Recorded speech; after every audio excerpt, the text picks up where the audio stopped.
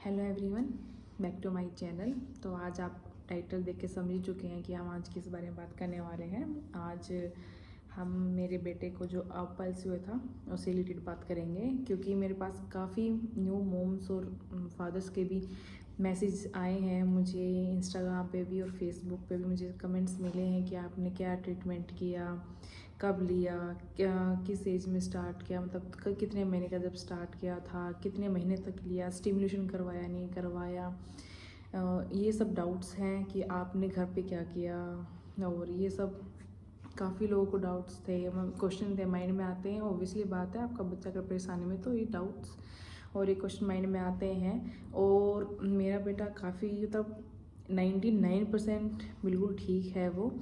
तो उसको देखकर अगर किसी और को बेटों को या फिर बच्चों को ऐसी प्रॉब्लम होती है तो उसको देखकर अगर उनको कुछ होप मिलती है तो भाई मेरा मतलब वीडियो बनाना मुझे लगता है कि मैंने जो वीडियोस डाली हैं यूट्यूब पर 1 साल पहले सिर्फ इसी पर्पज़ से डाली थी, ताकि अगर कोई मेरी जैसी मोम है तो उसको हेल्प मिल जाए कि एक्चुअली में हमारे बच्चे के साथ हो क्या रहा है। तो मैं स्टार्टिंग से शुरू करती हूँ। तो मुझे अब पल्सी के बारे में कुछ भी नहीं पता था, मैंने आज तक ये टर्म नहीं सुनी थी। मेरे फैमिली में, रिश्तेदार में, गांव में, पड़ोस में बहुत सारे बच्चे हैं, लेकिन मैंने आज तक ये टर्म ना कभी सुनी ना कभी देखी। मुझे नहीं पता ये क्या होता था। बट हाँ, जब ये पैदा हुआ ओके, जब ये हॉस्पिटल में जब मैंने इसको फर्स्ट टाइम देखा था, जब इसको मेरी गोद में मिला था, तो ये मुझे सेंस हो गया था कि कुछ तो प्रॉब्लम है, ये मूवमेंट नहीं कर रहा हाथ को लेकर। बट उस टाइम मैं पेन में थी, मुझे ज़्यादा होश नहीं था कि क्या हो रहा है क्या नहीं है, क्योंकि एक नया फेज स्टार्ट हो चुका था और मुझे मतलब एक्साइटमेंट और वो पेन सब नया नया था, तो कुछ इतना खास ज़्यादा मैं ध्यान नहीं दे पाई थी। उसके बाद मेरी नॉर्मल डिलीवरी थी, तो हमें छुट्टी ज़्यादा जल्दी मिल गई थी, 2-3 घंटे के अंदर ही हम वापस घर आ चुके थे। तो नेक्स्ट डे मैं ससुराल चली गई थी। तो फिर वहाँ पे तो उसको नेक्स्ट डे हमें वैक्सीनेशन के लिए लेके जाना था। तो नेक्स्ट डे जब इसको हम हॉस्पिटल में लेके गए वैक्सीनेशन के लिए, तो वहाँ जाके हमें पता चलता है इसको पीलिया भी हो रखा है। तो डॉक्टर ने इसको इमीडिएटली हॉस्पिटल एडमिट कर लिया। तो वहाँ पे भी मतलब मैं बहुत कम जाती थी, क्योंकि मुझे अलाउड नहीं था हर बार ऐसे आना जाना सुबह शाम। तो इसे डॉक्टर ने कहा जल्दी अगर आप जितना ज़्यादा ICU में रखोगे उतना ठीक रहेगा। तो इस चक्कर में हमने वहाँ पे रखा। तो मैंने काफ़ी बार मतलब मेरे डॉक्टर से कभी मुलाकात नहीं होती, मैं कभी जाती तो डॉक्टर हम मिलती नहीं थी। तो मतलब टाइमिंग ऐसा हो जाता था कि मेरा जाना होता तो वो जा चुकी होती थी सुबह या रात को। तो फिर ऐसे करके दिन निकलते गए, 10 दिन ये एडमिट रहा। तो ऐसे निकल गए दिन। उसके बाद फिर जब ये घर आया तब मैंने कहा मेरे इन लॉज़ को, हस्बैंड को, सबको कि कुछ प्रॉब्लम लग रही है मुझे कि हाथ उठा नहीं रहा है, मतलब फिंगर्स मूवमेंट कर रही हैं लेकिन एल्बोस और यहाँ से मूवमेंट नहीं है इसकी। तो वो बोलते हैं कि मतलब इसका लेफ़्ट हैंड है पल्सी। तो हमें लगा कि शायद इसको वैक्सीनेशन लगी थी, इस वजह से कभी कभी बच्चे के हाथ नहीं उठा पाता 2-4 दिन के बाद के लिए। तो मैंने सोचा कोई बात नहीं, उठा लेगा। तो ऐसे से करते पूरा 1 महीना निकल गया। तो उसके बाद हम जब दोबारा से 1 मंथ की वैक्सीनेशन के लिए हम दोबारा से डॉक्टर के पास गए, तब मैंने उनसे पूछा कि ऐसे प्रॉब्लम है, ये 1 मंथ का हो गया लेकिन हाथ नहीं उठा रहा है। तो डॉक्टर ने तब मुझे बताया कि इसको अपल्सी है। ये उन्होंने कहा कि 3 मंथ में अपने आप ठीक हो जाएगा, ऐसी कोई बात नहीं है। 3 मंथ के बाद मतलब ये अपने आप हाथ उठाना स्टार्ट कर देगा। लेकिन अगर आपको डॉक्टर को दिखाना है हड्डियों वाले के पास, तो आप जाके दिखा सकते हो। उन्होंने हमें ये सजेस्ट किया था। तो उसके बाद हमने डिसाइड कर लिया था कि हमें डॉक्टर को दिखाना ये। हम 3 मंथ तक वेट नहीं कर सकते इस चीज़ के लिए, क्योंकि बच्चे की हाथ का इशू है। तो इमिडिएटली हम तभी के तभी हड्डी वाले डॉक्टर के पास चले गए थे। तो इमिडिएटली हम हड्डी वाले डॉक्टर के पास गए। तो वहाँ पे भी उन्होंने हमें बताया कि आप पल्सी है, आप इसका ऐसे कोई दवाई दे के कोई ट्रीटमेंट नहीं है, आप इसको फिजियो ही करवानी पड़ेगी। अगर कहते हैं कि छोटे बच्चे की फिजियो होनी मुश्किल है, या तो आप 3 महीने का वेट कीजिएगा, उसके बाद आप फिजियो स्टार्ट कीजिएगा, या फिर आप फिजियोथेरेपिस्ट से बात कर लो, अगर वो रेडी है तो आप अभी स्टार्ट करवा लो। हम 3 महीने से 6 महीने तक बच्चे का प्रोग्रेस देखेंगे, कितना नहीं। उसके बाद हम आगे की प्रोसेस पे जाएंगे, उन्होंने ऐसा बोला। तो हमने सोचा कि चलो ठीक है। इसके बाद फिर हम एक और अनदर फिर हड्डियों वाले डॉक्टर के पास गए, हम उनसे भी कंसर्न करने के लिए कि हम एक और को दिखा लें। तो फिर ऐसा होता है नहीं कि हम जितने भी आस पास जितने भी हैं सबको दिखा लेते हैं। तो हम दूसरे के पास गए, उन्होंने हमें उससे भी ज़्यादा डरा दिया। उन्होंने कहा कि आप पल्सी है, आपको Delhi child neuro specialist, child nerve specialist को आपको उसको दिखाना पड़ेगा।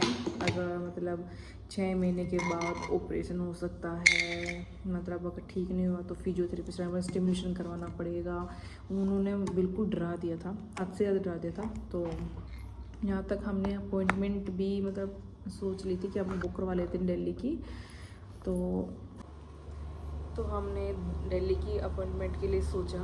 फिर उसके बाद हमने सबने ये डिसाइड किया कि 3 महीने तक तो वैसे भी ट्रीटमेंट स्टार्ट नहीं हो सकता है, तो बेटर है हम फिजियोथेरेपिस्ट है उससे बात कर लें, और अगर वो हमें ट्रीटमेंट देने के लिए रेडी है तो हम उनसे ट्रीटमेंट ले लेते हैं, फिजियोथेरेपिस्ट करवा लेते हैं। अगर 3 महीने के, वरना फिर हमें 3 महीने के बाद हम दिल्ली जाके इसको जो चेकअप करवा लेंगे। तो यही सोचकर हम फिजियोथेरेपिस्ट के पास गए, और वो बड़ी अच्छी डॉक्टर थी। तो उन्होंने ठीक नहीं है तो वो रेडी हो गई कि हाँ चलो ठीक है तुम दिल्ली आना। वो उन्होंने साफ साफ कह दिया कि ज़्यादा होप मैं दे नहीं सकती हूँ, लेकिन हाँ अगर आपकी लक काम कर गया तो ठीक हो सकता है।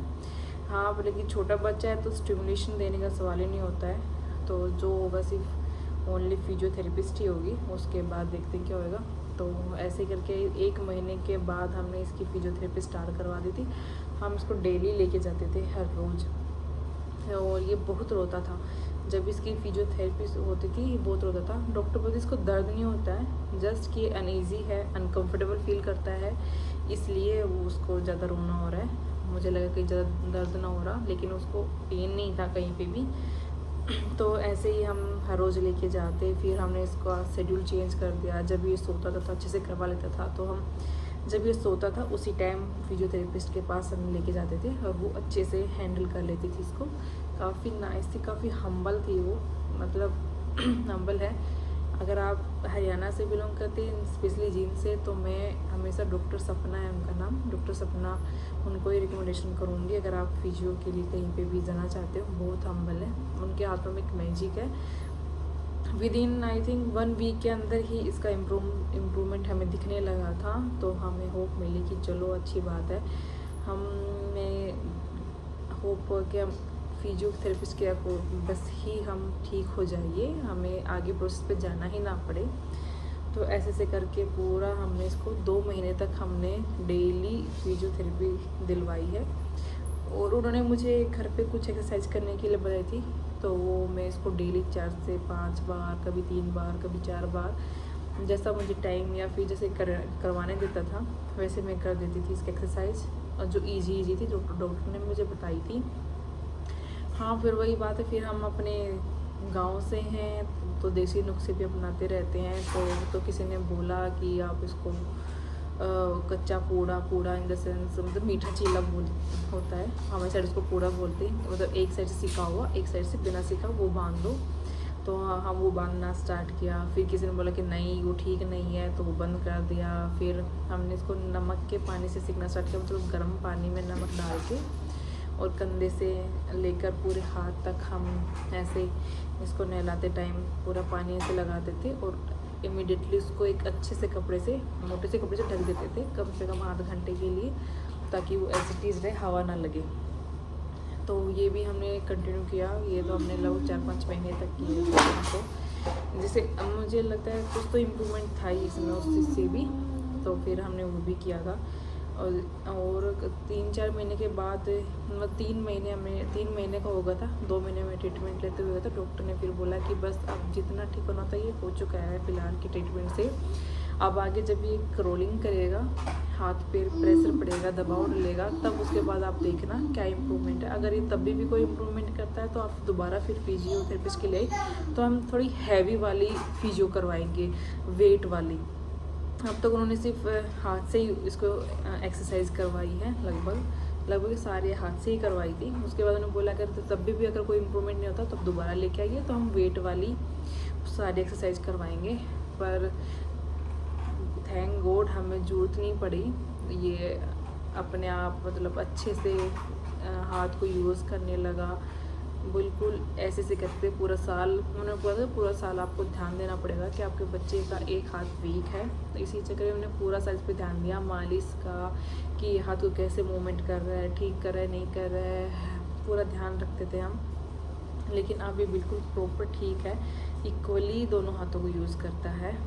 तो पल से जब इसको हुआ था तो मैंने बहुत सारा नेट पे सर्च किया था कि क्या होता है, कैसे होता है। तो तब मुझे पता कि जो हमारी ये गर्दन की नस है, बच्चा जब डिलीवरी के टाइम पे फंस जाता है तो प्रेशर के जगह डॉक्टर थोड़ा सा प्रेस कर देती है, तो उस बच्चे की नस होती है बिल्कुल छोटी छोटी है, पतले पतली सी होती है, तो प्रेस हो जाती है। तो ऐसे प्रेस करने, ऐसे उन्होंने जब दबाया तो प्रेस हो चुकी थी, तो उसका हाथ का मूवमेंट रुक गया था। तो एक्सरसाइज से वो मतलब फिर वो ऐसे कनेक्शन बन गया था, वो अच्छे से स्टार्ट हो गई थी। लेकिन कभी कभी ऐसा होता है कि किसी किसी बच्चे का ज़्यादा हो जाने से वो नस क्रैक हो जाती है उसमें, तो बच्चा मूवमेंट, फिंगर में मूवमेंट नहीं कर पाता। उस हालत में हमें डॉक्टर बताता कि अगर ऐसा होता है तो उस सिचुएशन में हमें 6 मंथ के बाद इसका एक्सरे करना पड़ेगा, और फिर आगे की प्रोसेस एक ही चीज़ सर्जरी जो हमें करवानी पड़ेगी अगर ऐसा कुछ हो निकला तो। पर मैं कहते भगवान का बहुत बहुत शुक्र है कि हमें ऐसे कोई टाइम नहीं देखना पड़ा कि हमने सर्जरी के लिए सोची भी। उससे पहले ये सिर्फ एक फिजियो नॉर्मल एक एक्सरसाइज से ठीक हो गया ये। तो ये थी, काफ़ी सारे क्वेश्चन थे कि आपने कितने महीने तक ली। हाँ, ये 1 महीने का था तब हमने स्टार्ट करवाई थी, और लगातार हमने 2 महीने तक कंटिन्यूटी में हमने हर रोज़ एक्सरसाइज को करवाई है, और उसी में हमें फुल इम्प्रूवमेंट दिख गया था, फुल बिल्कुल अच्छे से। तो और कोई अगर कोई क्वेश्चन रहता है तो आप प्लीज़ कमेंट सेक्शन में पूछ सकते हैं मुझे। इंस्टाग्राम पे फॉलो कर रहे हो तो वहाँ पे भी मुझसे पूछ सकते हैं। मैं न्यू जो इनके बच्चों का अपल से हो जाता है ना, मैं उनकी सिचुएशन समझ सकती हूँ। तो किसी टाइम आप सुबह शाम रात को किसी टाइम भी अगर आप मुझे मैसेज करोगे तो आपको रिप्लाई ज़रूर मिलेगा, श्योर है। हाँ, कभी कभी ऐसा होता है कि कोई साउथ से होता है मैं, या फिर बाहर से होता है, तो मैं उनकी लैंग्वेज को कनेक्ट नहीं कर पाती, समझ नहीं पाती, वो मेरी को नहीं समझ पाते, ना उनको हिंदी आती, ना कभी उनको इंग्लिश आती है, और उनकी लैंग्वेज मुझे नहीं आती है। तो ऐसे कम्युनिकेशन गैप बहुत ज़्यादा रहता है। तो 1-2 बार मैं मदद भी नहीं कर पा रही, तो मुझे ज़्यादा अफसोस हुआ कि कैसे हेल्प करूँ। तो इसलिए मैंने वीडियो स्पेशली बनाई है, ताकि अगर किसी को हेल्प चाहिए तो वो ये वीडियो देख के, जो हिंदी नोन है उनसे जाके दिखा के उनसे समझे कि ये क्या कह रहे हैं वीडियो में, और उनको ट्रांसलेट कर दे, सबसे बेस्ट है और ये मेरा बेटा है, पूरे हाथ से अच्छे से वर्क कर रहा है ये अपने दोनों। चलो क्लैपिंग करके दिखा दो, क्लैप क्लैप कर दो, क्लैप क्लैप कर दो, क्लैप कर दो, क्लैप कर दो, clap clap clapping, very good. जय कर दो, जय जय जय जय कर दो, वेरी गुड। तो इसी के साथ मैं वो लोग की एंडिंग करती हूँ। होप आपको ये हेल्पफुल लगा होगा। अगर आपको ये हेल्पफुल लगा है तो मेरी वीडियो को लाइक कीजिए, शेयर कीजिए और सब्सक्राइब जरूर कीजिएगा अपने। अगर एक छोटी सी बात मैं बताना भूल ही गई हूँ इम्पोर्टेंटली, कि मेरा मेन मकसद पर्पज़ नेट पे इसके ट्रीटमेंट की वीडियो डालने का ये था, क्योंकि जब मुझे पता चला कि मेरे बेटे को अपल से हो चुका है, तो मैंने पूरा नेट छान मारा, गूगल है या फिर यूट्यूब है, लेकिन मुझे कोई ऐसी सेटिस्फाइंग वीडियो नहीं मिली जिसकी वजह से मैं ये कह सकती थी कि हाँ चलो ये वीडियो बहुत अच्छी है, इसको देखकर मुझे कुछ मोटिवेशन मिल सके। लेकिन नहीं, कोई क्लिप थी वो भी फॉरेन की थी, इंडियन तो बहुत ही कम थी। इस चक्कर में फिर मैंने सोचा कि चलो अगर क्या पता ऐसे बहुत सारे मिले मैं जैसे, तो मैं वीडियो के अगर उनको थोड़ी सी भी हेल्प कर सकूँ तो मैं अपना बहुत लकी मानूंगी कि मैं हेल्प कर पाई। क्योंकि अगर आप किसी चीज़ को लेकर परेशान है और उसको आप अगर आपको थोड़ी सी भी होप मिल जाती है ना, वो बहुत ऐसे दवा का काम कर जाता है आपके लिए। और खास जो स्पेशली आपके बच्चे का बात आती है तो आप पता नहीं क्या से कहाँ चले जाते हैं, डिप्रेशन में भी चले जा सकते हैं। एक्चुअली मैं बहुत रोती थी, सबके सामने तो नहीं, हाँ, लेकिन मैं अकेले में मम्मी के सामने, मैं हस्बैंड के सामने बहुत रोती थी कि पता नहीं क्या होएगा, कैसे होएगा। लेकिन ऐसे ही इसलिए ठीक होगा तो मैंने सोचा चलो मैं वीडियो डाल देती हूँ, ताकि हर किसी को थोड़ा सा भी अगर थोड़ी सी भी हेल्प मिल जाती है ना तो बहुत अच्छा लगता है। मेरे पास मैसेज आते हैं कि आपके बेटे को कैसे है, कैसे नहीं हुआ, तो मुझे लगता है कि हाँ चलो कुछ तो हेल्प मिल रही है, मैं कुछ तो कंट्रीब्यूशन कर रही हूँ उनका थोड़ा सा एक दुख दर्द को थोड़ा सा कम करने के लिए, उनको होप देके कि हाँ आपका बच्चा ठीक हो सकता है। जैसे मेरा बच्चा ठीक हो सकता है, ऑब्वियसली बात है आपका बच्चा ठीक होगा, अनलेस अगर मैंने बताया अगर आपका स्टेज 2 पे चल जाता है कि मतलब आपका पता चलता है कि आपकी बेटी क्रैक ही हो चुकी है, तो उसमें आप एक्सरसाइज या स्टूबुलेशन काम नहीं करता, वो एक सर्जरी लास्ट ऑप्शन रहता है। अदरवाइज तो सब बच्चे ठीक हो जाते हैं। इसी के साथ बाय, थैंक यू, बदमाश, बाय।